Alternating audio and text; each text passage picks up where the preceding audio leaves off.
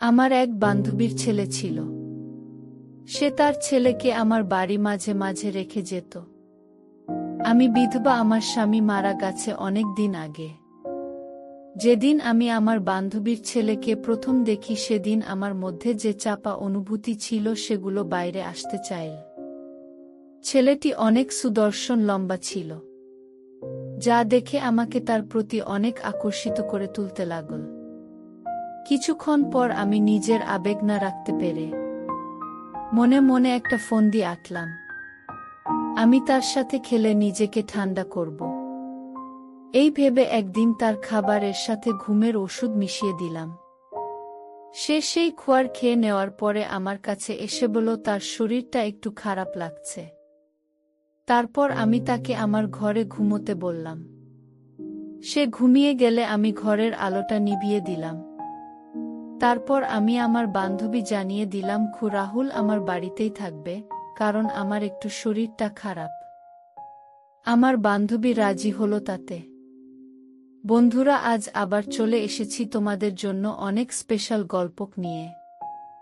আমার নাম মালতী। আমার বয়স এখন ওই 50-এর কাছাকাছি হবে। আজ যে ঘটনাটা শোনাবো সেটা ঘটেছিল আজ থেকে প্রায় 20 বছর আগে। তখন আমার বয়স ছিল 30 বছর। আমি বরাবরই দেখতে ভালো ছিলাম। আমি পোশাক এমন পরতাম যা যে কোনো ছেলেকে আকৃষ্ট করতে পারতাম। কলেজে পড়ার সময় অনেক বন্ধু ছিল। তাদের মধ্যে বেশিরভাগ ছেলে বন্ধুই ছিল। আমি তাদের সাথে অনেক ঘুরতাম। আমার সৌন্দর্যের কারণে খুব অল্প দিনেই আমার বন্ধু হয় অনেকজন। আমি তাদের সাথে মিশতে থাকি। আমার মধ্যে অনেক পরিবর্তন আসতে শুরু করে। আমি নিম্নবিত্ত পরিবারের মেয়ে হলেও আমার মধ্যে একটা বড় পরিবর্তন আসতে থাকে। তাই দেখে আমার বলে ভগবান যেটুকু দিয়েছে সেইটুকু দিয়ে থাকে সন্তুষ্ট থাকতে হয়, কিন্তু আমাদের জীবনের অতিরিক্ত চাহিদা আমার পরের জীবন অনেক কঠিন করে তুলেছিল। আমি যখন কলেজে পড়তাম মা বাবা আমার জন্য ছেলে দেখছিল, বিয়ে দেবে বলে। আমি জানতাম তার যে ছেলে দেখবে বিয়ের জন্য তাদের কি আমার পছন্দ হবে না, কিন্তু আমি চাইতাম যে আমার কোনো ধনী ছেলের সাথে বিয়ে হোক, কারণ যাতে আমি আমার স্বপ্নগুলো পূরণ করতে পারি। আসলে ছোট থেকে সবার মনে কিছু কিছু ইচ্ছে থাকে, কিন্তু আমি সেগুলো পূরণ করতে পারিনি দরিদ্রতার জন্য। তাই আমি কলেজে যেতাম একটু পরিপাটিভাবে, যাতে আমাদের আর্থিক অবস্থা কেউ বুঝতে না পারে। কলেজে আমার পরিচিত হয়েছিল অয়নের সাথে। অয়ন খুব সুন্দর দেখতে ছিল আর খুব ভালো ছিল। সে একটু ধনীও ছিল। আমি ঠিক করলাম অয়নকে আমার প্রতি আকৃষ্ট করতে হবে। তাই আমি তার সাথে সব সময় কথা বলতাম। তাকে আমার প্রতি আকৃষ্ট করার জন্য তাকে স্পর্শ করতাম। তার সাথে ইশারায় কথা বলতাম। এমনভাবে বেশ কিছু দিন চলার পর আমরা দুজন দুজনকে ভালোবেসে ফেললাম। একদিন অয়ন আমাকে প্রপোজ করল। আমি মনে মনে খুব খুশি হলাম। এরপর থেকেই আমি বন্ধুদের বাড়ির নাম করে অয়নের সাথে ঘুরতে যেতাম। আমি ছোট থেকেই খুব চতুর ছিলাম।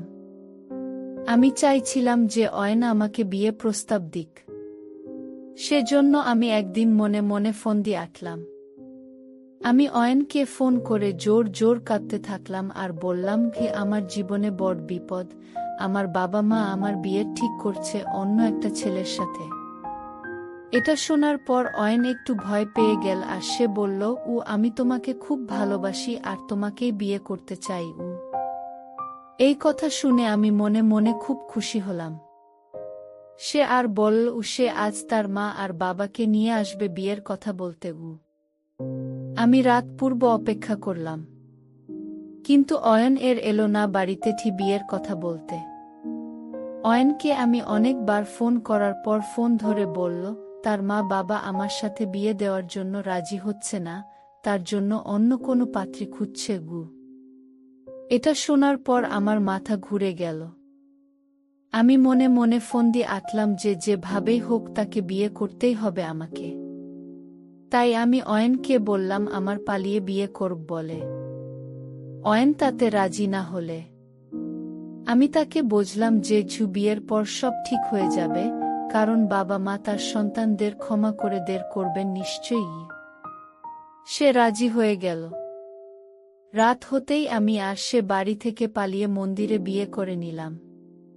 বাড়ির সাথে আর কোনো যোগ রইল না আমাদের। অয়ন এর মা বাবা আমাদের ফোন করে আসার জন্য বলতো। আমার মা বাবাও ফোন করত। একদিন হঠাৎ ফোন এলো অয়নের বাবা হার্ট অ্যাটাক করে মারা গেছেন। অয়ন খুব ভেঙে পড়ল। সে নিজেকে দোষারোপ করতে লাগল। এরপর আমি আর অয়ন তাদের বাড়ি গেলাম। অয়ন এর মা খুব কান্না করল আর আমাকে মেনে নিল।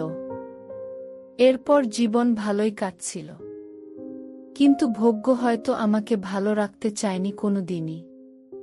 অয়ন একদিন তার মাকে নিয়ে কেনাকাটা করতে যাওয়ার সময় তাদের গাড়ি দুর্ঘটনাতে প্রাণ হারায়।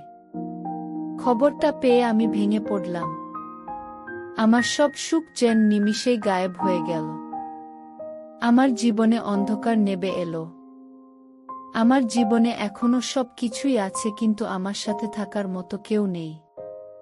একা একা দিন কাটতে লাগল। একদিন বাজারে বেরিয়ে আমার এক বান্ধবীর সাথে দেখা হলো। তাকে আমি আমার বাড়িতে আসার জন্য বললাম। সে আমার বাড়িতে এলো। তার বিয়ে হয়ে গেছে স্বামী বিদেশ থেকে।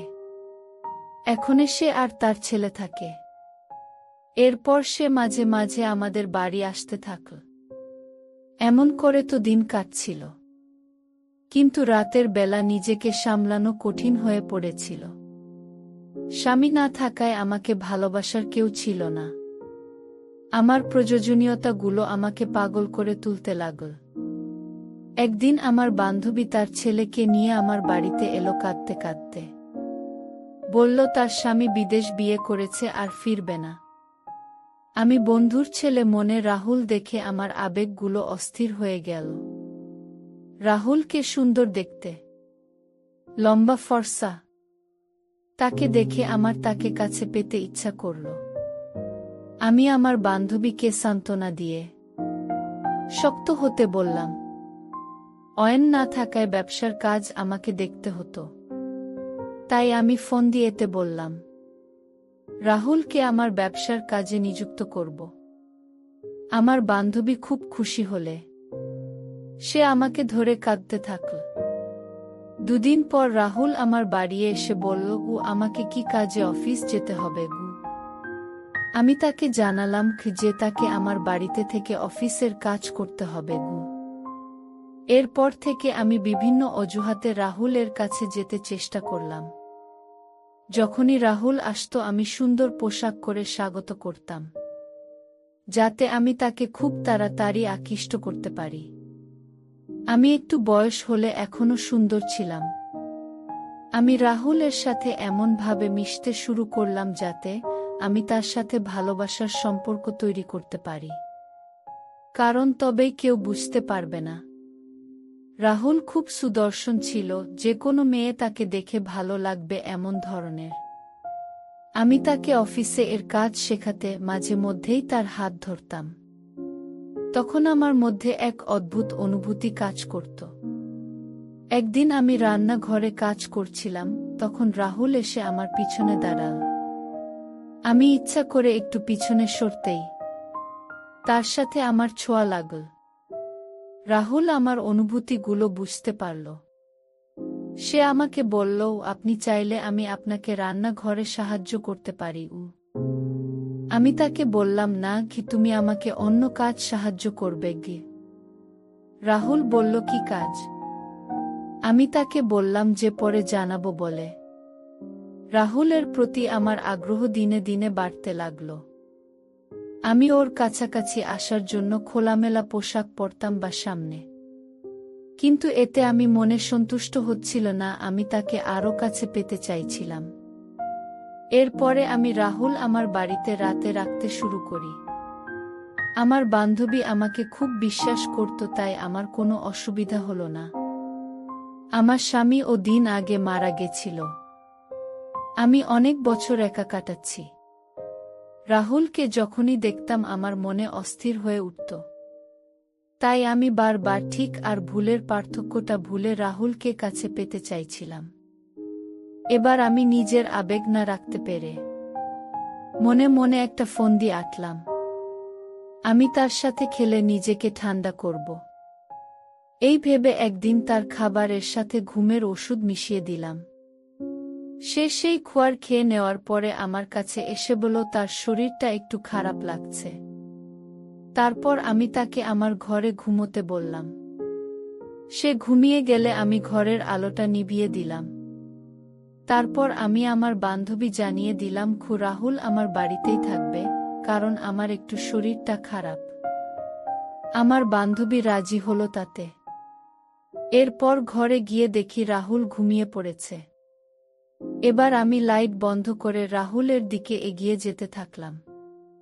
তারপর আমি রাহুলের সাথে খেলে নিয়ে মনের ইচ্ছা পূরণ করলাম। বন্ধুরা, কেমন লাগল এই গল্পটা অবশ্যই কমেন্ট করে জানিও, আর লাইক, শেয়ার আর সাবস্ক্রাইব অবশ্যই করো।